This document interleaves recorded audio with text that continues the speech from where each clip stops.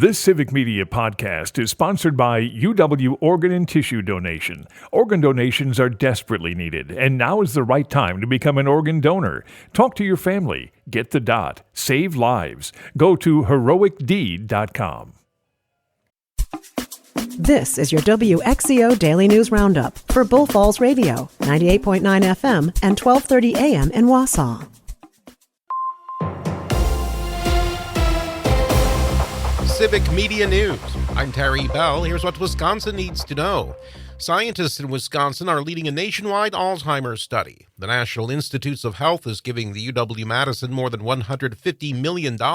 It's the biggest NIH grant in UW history. The Kamala Harris campaign is making its closing argument to American voters. Democratic running mate Tim Walz campaigned in Racine and Madison yesterday. Our team is running like everything is on the line. Because everything is on the line. Walz made the case that Donald Trump would be dangerous with broad immunity from prosecution. He got some help from former President Barack Obama. We do not need to see what an older, loonier Donald Trump looks like with no guardrails. Obama says Americans are ready to turn the page. A wrong-way drunk driver almost crashed into Vice President Kamala Harris's motorcade in Milwaukee Monday night. The sheriff says the driver pulled to the inside shoulder to avoid the motorcade. A deputy pulled the driver over and arrested him. A fire has shut down a Jefferson County ethanol plant. Officials at the Aztalan Bio plant say the fire started Monday in one of the facility's dryers. Aztalan Bio calls itself Wisconsin's largest ethanol producer. It's open enrollment time for Medicare. People can change their plans from now until December 7th. Stephanie Fahuri is a Medicare advisor. She says make sure you know which plans your doctor will accept next year. Every year we see people make a change only to find out in January that their doctor is no longer in network. So we like to help people avoid that. Experts say it's important to compare copays and deductibles, not just monthly premiums. The New Glarus Brewery is expanding its operations with a new $55 million hospitality wing. The makers of Spotted Cow beers say they want to meet the needs of visitors and increase their brewing and distilling space. We don't know if this means expanded hours for visitors. There's a groundbreaking next week. I'm Terry Bell, Civic Media News. Now here's what you need to know closer to home. For WXCO News, I'm Brittany Merlot. Mayor Doug Dinney confirmed in a news conference on Monday that the Department of Justice seized his and his wife's cell phones last week. The seizure of devices is a part of an ongoing investigation by the DOJ into Dinney's removal of the municipal drop box outside of City Hall in late September. Dinney adds that he doesn't know what stage the investigation is in or when the findings will be released. Trail planning begins for Rib Mountain State Park as research shows skiable days are dwindling. The Wisconsin DNR announced yesterday that a concept plan with hiking, climbing, bouldering, mountain biking, and shared use is being created to combat climate change. Downhill skiing has been a focal point of Rib Mountain State Park from its early years and remains an important feature for the community. But with a 5-degree Fahrenheit increase expected by 2041 and a 10% increase in winter precipitation, it'll likely be in the form of rain or freezing rain. Tony Schumacher, owner of the Great Lakes Weather Service based in Marathon County, says, over the past 20 years in Michigan and Wisconsin, we definitely have seen an increase in rain and thaw events throughout the winter season. Some 30 or 40 years ago, it was more common to be able to open the ski hills in this part of the world generally in mid-November. Now it's often been getting pushed back to late November or even into mid-December. Which is why the DNR is moving the plan forward. Climate change is reducing the number of skiable days. According to SE Group's evaluation, by the middle of the century, there is likely to be a loss of approximately 41,000 skier days at Granite Peak, primarily due to delayed opening and earlier closing dates. Tony Schumacher has been forecasting for the mountain for many years on local TV and now the owner of Great Lakes Weather Service. Certainly, I would expect the snowmaking season to continue to get shorter for Granite Peak as the climate warms. Thankfully, the current average high temperature from late December through February generally in the low to mid-20s around Wausau, so even if the average goes up another 4 or 5 degrees, that should still leave quite a few days where snowmaking will be possible. They'll just have to be a bit more efficient and selective about it. The Wisconsin DNR wants to ensure that the state park continues to play an important role in the community for the next 15 years and beyond. One of their plans is becoming recognized as an International Mountain Bike Association Ride Center. And there have been 72 wildfires across Wisconsin in the past week, burning a total of 925 acres. Most of them were started by equipment like mowing operations, RVs, and more. But burning debris, even when it's been banned, has still been happening. Don't do it. One spark, even as small as a cigarette butt, can start a fire. With high winds and dry conditions, the fire danger is very high, especially in central and northeast areas again today. We need more rain and the drought conditions are only worsening. Currently, 64% of the state is in a drought, with 20% at severe status.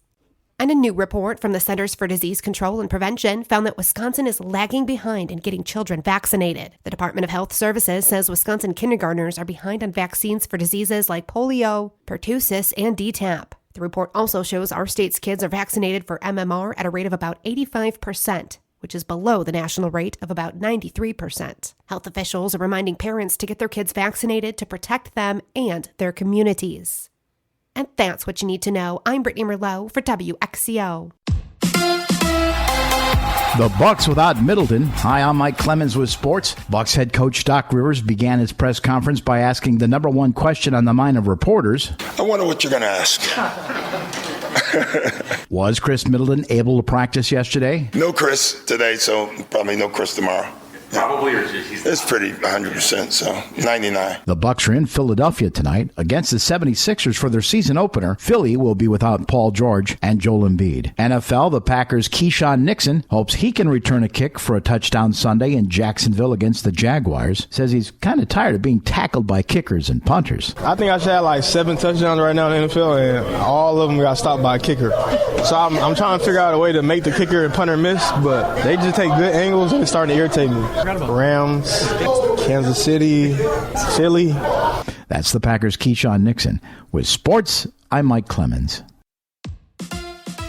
On your entertainment beat, I'm Pete Schwaba. Tom Holland was in the news last week with an update about a new Spider-Man film for he and his girlfriend Zendaya. He's a busy guy, as Variety is reporting Holland will be added to the new Christopher Nolan film opposite Matt Damon. As usual with Nolan films, the plot is being kept under wraps, so not much is known about Holland's role. The film is expected to start shooting in 2025 and is expected to hit theaters July 17th of 2026. Who's ready for a Paula Abdul, Eddie Griffin film? That statement wouldn't have excited me even in 1998. However, the two are stars of the new film Raging Midlife opposite brothers Taylor and Nick Costa, who also wrote the script. The story follows two friends obsessed with 80s wrestler Raging Abraham Lincoln. The Hollywood Reporter says the film will drop in early 2025 after its premiere at the Austin Film Festival later this month. Looking for something new to watch? Who isn't? Here's one of Pete's picks.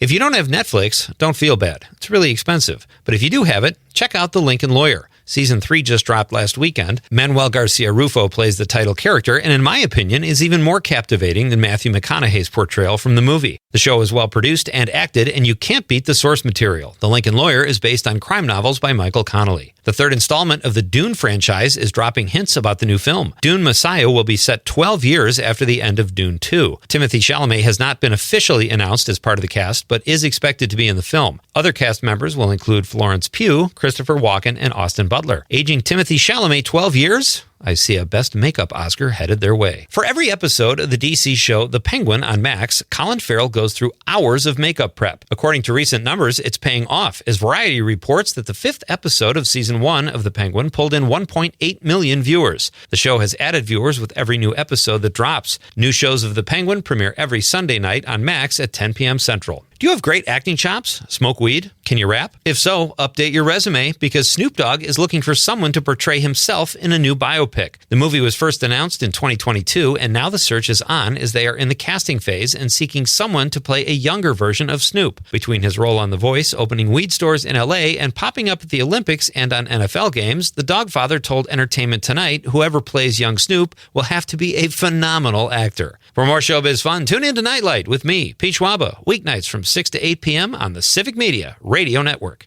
It is going to be mostly sunny and quite a bit cooler today, with a high right around 50 this afternoon. Tonight, clear with a low in the low 30s. Tomorrow, with a little sun in the morning, then becoming mostly cloudy, breezy, some showers in the afternoon with a high in the low 60s. After that, a sunny, pleasant weekend. I'm meteorologist Sean Cable. Outside now, it's 46.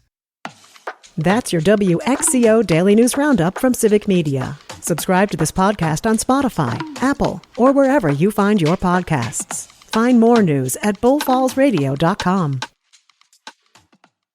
The national news cycle never stops, but it can be hard to find news about your local community. Civic Media is dedicated to providing quality local and state news coverage across Wisconsin. With the Civic Media app, you can get notifications about local stories that matter to you and your community. Find the free Civic Media app in your phone's app store and choose notifications from the menu to tell us what kind of news you want to hear about.